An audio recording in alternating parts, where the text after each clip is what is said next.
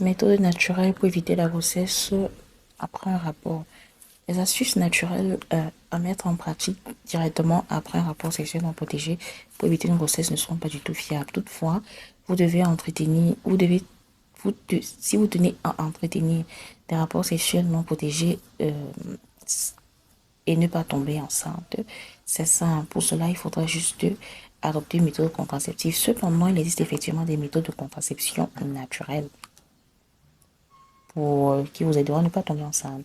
On a premièrement la méthode de calendrier. Pour éviter la grossesse naturellement, il faudra déterminer sa période féconde et s'abstenir d'entretenir des rapports pendant cette dite période, considérée comme période dangereuse pour toute personne ne souhaitant pas tomber enceinte. On a le coït interrompu. Le coït interrompu consiste à l'homme de retirer son pénis sans l'éjaculation du vagin de la femme. Attention, cette méthode doit être mise en pratique avec beaucoup de précautions car certains spermatozoïdes peuvent pénétrer dans le canal vaginal avant le retrait du pénis.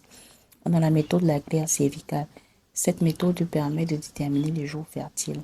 Pour cela, il suffit de prendre un peu de glaire cervicale entre vos doigts. Lorsqu'elle est glissante et extensible et d'un blanc clair, cela signifie que vous êtes fertile pendant cette période. Si la glaire cervicale est plutôt épaisse, collante et ne tire pas, alors vous pouvez avoir vos rapports sexuels non protégés durant cette période sans craindre un risque de grossesse. La méthode de température. Concernant cette méthode, il faut maîtriser la température corporelle de son corps.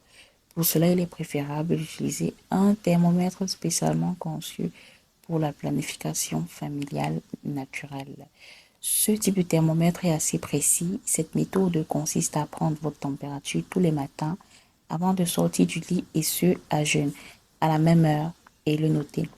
Les rapports sexuels peuvent alors être entretenus lorsqu'il y a une petite augmentation de la température corporelle car la température corporelle augmente après l'ovulation.